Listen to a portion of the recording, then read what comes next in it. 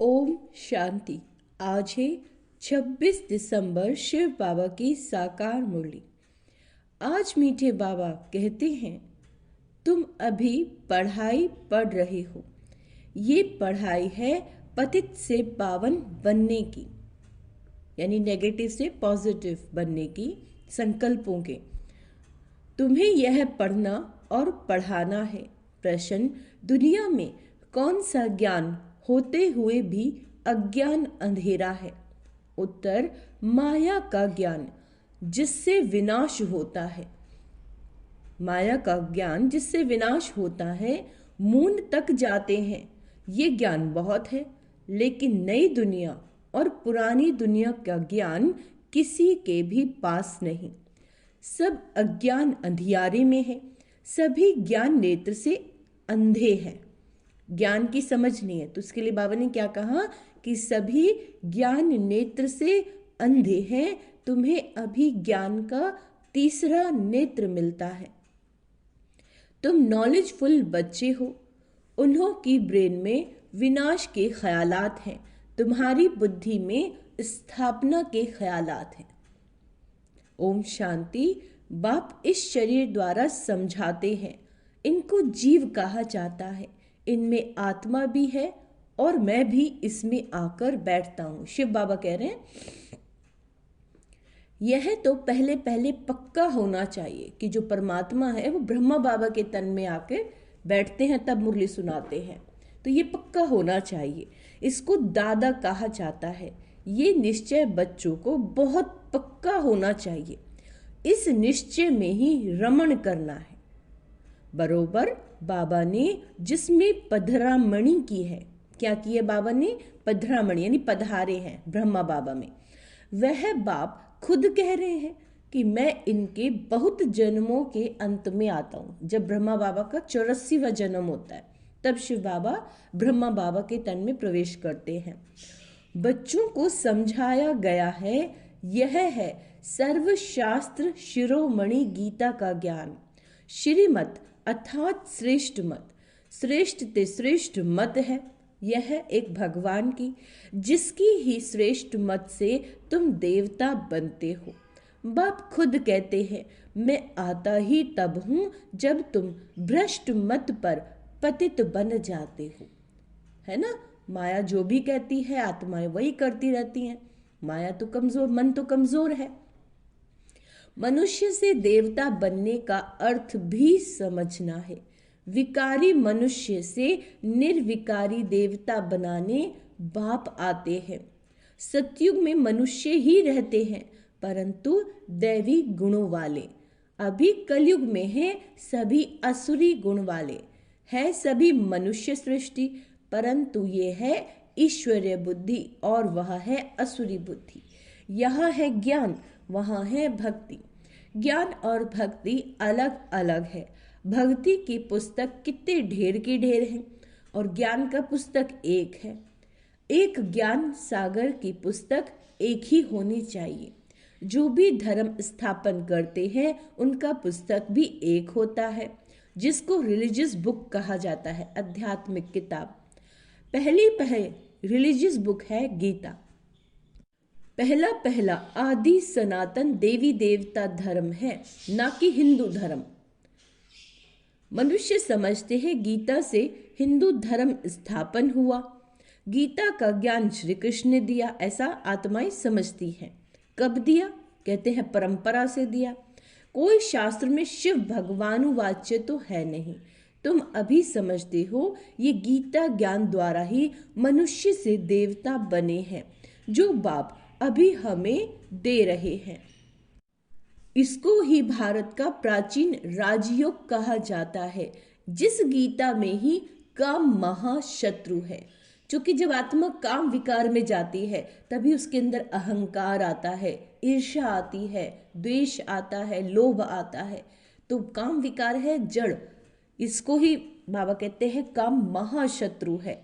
तभी तो आत्माएं गिर गई, अच्छे बुरे की समझ से गिर गई और कर्म किए जा रही है, कर्मों की गति को नहीं जानती और फिर उसको फेस करती हैं, रोती रहती हैं। उन्हें ये नहीं पता कि वो रो क्यों रही हैं, दुखी क्यों हैं।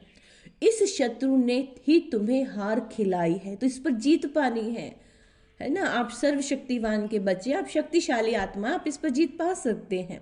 बाप इस पर ही जीत पहनाकर जगत जीत विश्व का मालिक बनाते हैं। बेहद का बाप बैठ इन द्वारा तुमको पढ़ाते हैं। वह है सभी आत्माओं का बाप, यह फिर है सभी मनुष्य आत्माओं का बेहद का बाप। शिव बाबा क्या है? बेहद के बाप, सारे विश्व की आत्माओं के बाप है। नाम ही है प्रजापिता ब्रह्मा। तुम किसी से पूछ सकते हो कि ब्रह्मा के बाप का नाम क्या है, तो मूंझ पड़ेंगे, बता ही नहीं पाएंगे। ब्रह्मा विष्णु शंकर, इन तीनों का कोई बाप भी तो होगा ना। ब्रह्मा विष्णु शंकर सूक्ष्म वतन में देवताएं हैं, उनके ऊपर है शिव। बच्चे जानते हैं शिव बाबा के जो बच्चे आत्माएं हैं उन्होंने शरीर धारण किया है। शिव बाबा के जो बच्चे हैं, 3 बच्चे हैं, ब्रह्मा विष्णु और शंकर, और उन्होंने क्या किया है? इस धरती पे आके शरीर धारण किया है। वह तो सदैव निराकार परम पिता परमात्मा है। आत्मा ही शरीर द्वारा कहती है परम पिता। कितनी सहज बात है। इसको कहा जाता है अल्फ और बे की पढ़ाई। अल्फ यानी अल्लाह और बे यानी बादशाही। कौन पढ़ाते हैं? गीता का ज्ञान किसने सुनाया? श्री कृष्ण को तो भगवान कहा नहीं जाता, वो तो देहधारी है, ताजधारी है, वो तो सतयुग का राजा बनने वाला है और सतयुग इसी धरती पे बनेगा। शिव तो है निराकार, उन पर तो कोई ताज आदि है नहीं, वही ज्ञान का सागर है। बाप ही बीज रूप चैतन्य है, तुम भी चैतन्य हो। सभी झाड़ों के आदि मध्य अंत को तुम जानते हो। भल तुम माली नहीं हो, परंतु समझ सकते हो कि बीज कैसे डालते हैं, इनसे झाड़ कैसे निकलता है। वह है जड़ और ये है चैतन्य। आत्मा को चैतन्य कहा जाता है। तुम्हारी आत्मा में ही ज्ञान है। ज्ञान कहाँ है? आत्मा में है, और किसी आत्मा में ज्ञान हो नहीं सकता। तो बाप चैतन्य मनुष्य सृष्टि का बीज रूप है। ये चैतन्य क्रिएशन है। वह सभी है जड़ बीज। ऐसे नहीं कि जड़ बीज में कोई ज्ञान है, यह तो है चैतन्य बीज रूप। उनमें सारी सृष्टि की नॉलेज है। झाड़ की उत्पत्ति, पालना, विनाश का सारा ज्ञान उनमें है। फिर नया झाड़ कैसे खड़ा होता है? वह है गुप्त। तुमको ज्ञान भी गुप्त मिलता है, बाप भी गुप्त आए हैं। तुम जानते हो ये कलम लग रहा है, अभी तो सभी पतित बन गए हैं। अच्छा, बीज से पहला पहला पत्ता निकला, वो कौन था? सतयुग का पहला पत्ता तो श्री कृष्ण को ही कहेंगे, लक्ष्मी नारायण को नहीं कहेंगे। नया पत्ता छोटा होता है, पीछे बड़ा होता है, तो इस बीज की कितनी महिमा है। यह तो चैतन्य है, बल दूसरे भी निकलते हैं। धीरे धीरे उन्हों की महिमा कम होती जाती है। अभी तुम देवता बनते हो, तो मूल बात है हमको दैवी गुण धारण करने हैं, है ना। इन जैसा बनना है, क्योंकि अगर गुण जैसे जिसके गुण होंगे वो वैसे ही उस युग में आएगी। जिनके देवताई सर्वोच्च गुण होंगे वो सतयुग में आएगी, जिनके कम होंगे वो त्रेता में, और जिनके भक्ति के होंगे वो द्वापर में आएंगे, और जिनके असुरी गुण होते हैं वो आत्मा परमधाम से कलयुग में आएंगे। उन्हें सतयुग का कुछ पता ही नहीं होगा। तो बाबा कहते हैं दैवी गुण धारण करने हैं, इन जैसा बनना है। चित्र भी है, ये चित्र ना होते तो बुद्धि में ज्ञान कैसे आता। ये चित्र बहुत काम में आते हैं, बच्चों को समझाना पड़ता है ना। भक्ति मार्ग में इन चित्रों की पूजा होती है, और ज्ञान मार्ग में तुमको इन्हीं से ज्ञान मिलता है कि इन जैसा हमें बनना है। भक्ति मार्ग में ऐसे नहीं समझेंगे कि हमको ऐसा बनना है। भक्ति मार्ग में मंदिर आदि कितने बनाते हैं। सबसे जायज़ती मंदिर किसके होंगे? जरूर शिव बाबा के होंगे, फिर उनके बाद क्रिएशन के होंगे। पहली क्रिएशन ये लक्ष्मी नारायण है, तो शिव के बाद इनकी पूजा जायज़ती होगी। माताएं जो ज्ञान देती हैं उनकी पूजा नहीं, वो तो पढ़ती हैं। तुम्हारी पूजा अभी नहीं होती, क्योंकि तुम अभी पढ़ रहे हो। जब तुम पढ़कर अनपढ़ बनेंगे फिर पूजा होगी। अभी तुम देवी देवता बनते हो। सतयुग में बाप थोड़ी ही पढ़ाने आएगा, वहां ऐसी पढ़ाई थोड़ी ही होगी। यह पढ़ाई पतितों को पावन बनाने की है। तुम जानते हो हमको जो ऐसा बनाते हैं उनकी पूजा होगी, फिर हमारी भी पूजा नंबरवार होगी। फिर गिरते गिरते 5 तत्वों की भी पूजा करने लग पड़ते हैं। 5 तत्वों की पूजा माना पतित शरीरों की पूजा करने लगते हैं। 5 तत्वों की पूजा माना पतित शरीरों की पूजा। यह बुद्धि में ज्ञान है कि इन लक्ष्मी नारायण का सारी सृष्टि पर राज्य था, क्योंकि उन्होंने ये शिक्षा धारण की, गुण धारण किए, दैवी गुण। सबसे आगे गए इस पढ़ाई में। इन देवी देवताओं ने राज्य कैसे और कब पाया ये किसी को पता नहीं है। लाखों वर्ष कह देते हैं। लाखों वर्ष की बात तो किसी की बुद्धि में बैठ न सके, इसीलिए कह देते ये परंपरा से चला आता है। अभी तुम जानते हो देवी देवता धर्म वाले और धर्मों में कन्वर्ट हो गए। जो देवता धर्म की आत्माएं थी उन्होंने दूसरे धर्मों में जाके जन्म ले लिया। जो भारत में है वह अपने को हिंदू कह देते हैं, क्योंकि पतित होने के कारण देवी देवता कहना शोभता नहीं है। देवी देवताओं से भी उच्च टाइटल अपने पर रखवाते हैं। पावन देवी देवताओं की पूजा अपने माथा झुकवाते हैं। देवताओं की पूजा करते माथा झुकवाते हैं, परंतु अपने को पतित समझते थोड़ी ही है। भारत में खास कन्याओं को कितना नमन करते हैं, कुमारों को इतना नहीं करते। मेल से ज्यादा फीमेल को नमन करते हैं, क्योंकि इस समय ज्ञान अमृत पहले इन माताओं को मिलता है। बाप इनमें प्रवेश करते हैं। यह भी समझते हो यह ब्रह्मा बाबा ज्ञान की बड़ी नदी है। ज्ञान नदी भी है, फिर पुरुष भी है। ब्रह्मपुत्रा नदी सबसे बड़ी है, जो कलकत्ता तरफ सागर में जाकर मिलती है। मेला भी वहां ही लगता है, परंतु उन्हें ये पता नहीं कि यह आत्मा और परमात्मा का मेला है। वह तो पानी की नदी है जिसका नाम ब्रह्मपुत्रा रखा। वह तो ब्रह्म को ईश्वर कह देते हैं, इसलिए ब्रह्मपुत्रा को पावन समझते हैं। पतित पावन वास्तव में गंगा को नहीं कहा जाता। यह सागर और ब्रह्मा नदी का मेल है। बाप कहते हैं यह फीमेल तो नहीं है जिस द्वारा एडॉप्शन होती है। यह गुप्त बहुत गुह्य समझने की बातें हैं, जो फिर प्रायः लोप हो जानी है। फिर बाद में मनुष्य इस आधार पर शास्त्र आदि बनाते हैं। पहले हाथ के लिखे हुए शास्त्र थे, बाद में बड़ी मोटी मोटी किताबें छपवाई। संस्कृत में श्लोक आदि थे नहीं। ये तो बिल्कुल सहज बात है। मैं इन द्वारा राजयोग सिखलाता हूँ, फिर ये दुनिया ही खलास हो जाएगी, है ना। दुनिया इतना सब कुछ कमा रही है, कुछ भी साथ नहीं जाना, क्योंकि बाबा कहते हैं तो खलास हो जाएगा। फिर क्या साथ जाएगी? जो आत्मा पुरुषार्थ करेगी, बाबा को याद करेगी, वो पुण्य उसके साथ जाएगा। भक्ति भी जो करते हैं वो भी यही रह जाएगी, क्योंकि आत्मा भक्ति में थोड़ा मिलता है ना। अभी कमाया अभी खाया, तो वो भी साथ नहीं जाने वाला। बाबा कहते भक्ति मार्ग में ये शास्त्र आदि बनेंगे, बाकी इधर का जो कुछ है दुनिया तो खल्लास हो जानी है। मनुष्य समझते हैं ये शास्त्र आदि परंपरा से चले आए। इसको कहा जाता है अज्ञान अंधियारा। अभी तुम बच्चों को बाप पढ़ाते हैं, जिससे तुम सोजरे में आए हो। सतयुग में है पवित्र प्रवृत्ति मार्ग, कलयुग में सभी अपवित्र प्रवृत्ति वाले हैं। यह भी ड्रामा है। बाद में है निवृत्ति मार्ग, जिसको संन्यास धर्म कहते हैं। जंगल में जाकर समझते हैं, वह है हद का संन्यास। रहते तो इसी पुरानी दुनिया में, बाबा कहते अभी तुम जाते हैं नई दुनिया में। तुम्हें तो बाप से ज्ञान का तीसरा नेत्र मिला, तो तुम कितने नॉलेजफुल बनते हो। इससे जायज़ी नॉलेज होती ही नहीं।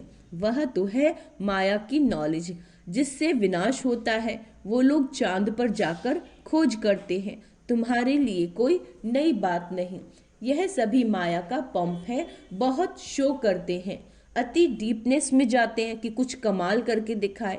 बहुत कमाल करने से फिर नुकसान हो जाता है। उन्हों के ब्रेन में विनाश के ही ख्यालात आते हैं। क्या क्या बनाते रहते हैं।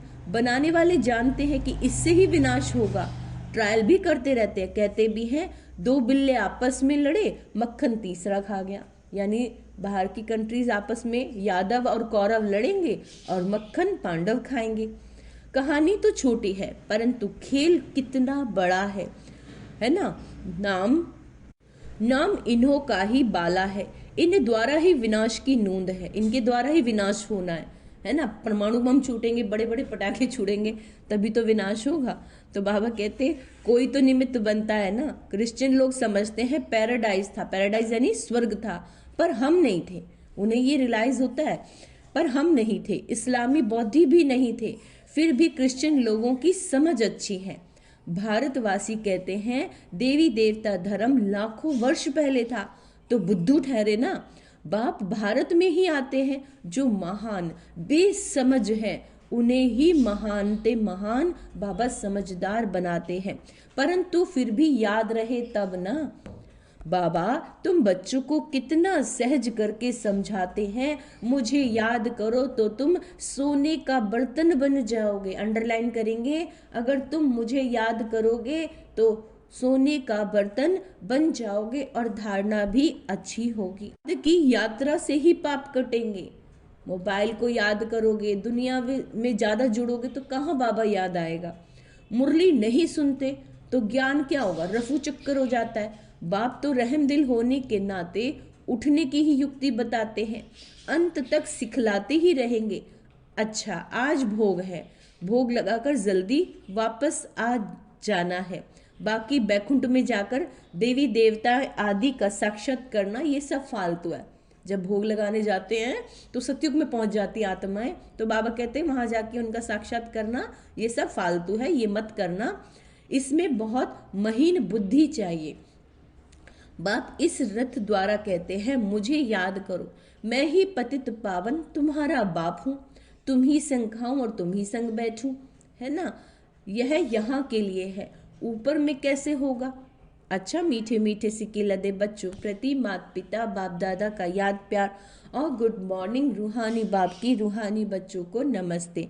हम रूहानी बच्चों की रूहानी माता पिता बाप दादा को याद प्यार, गुड मॉर्निंग, नमस्ते मीठे बाबा, शुक्रिया बाबा शुक्रिया। धारणा के लिए मुख्य सार।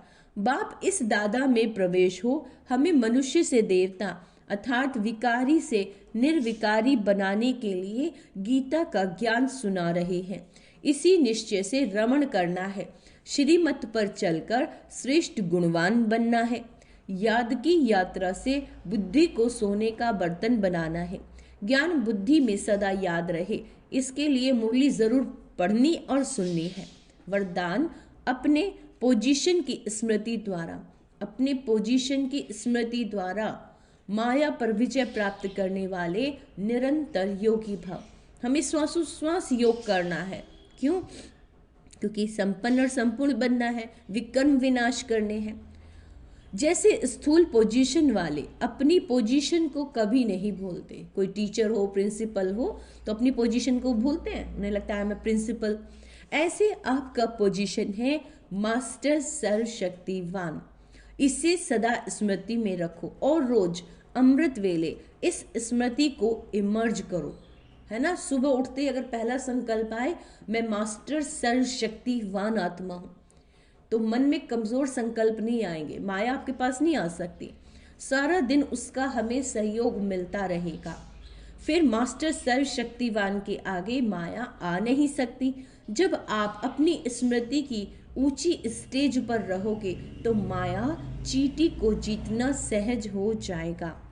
स्लोगन, आत्मा रूपी पुरुष को, आत्मा रूपी पुरुष को श्रेष्ठ बनाने वाले ही सच्चे पुरुषार्थी हैं।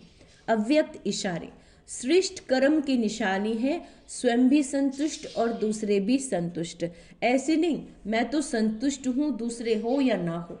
योगी जीवन वाले का प्रभाव स्वतः दूसरे के ऊपर पड़ेगा।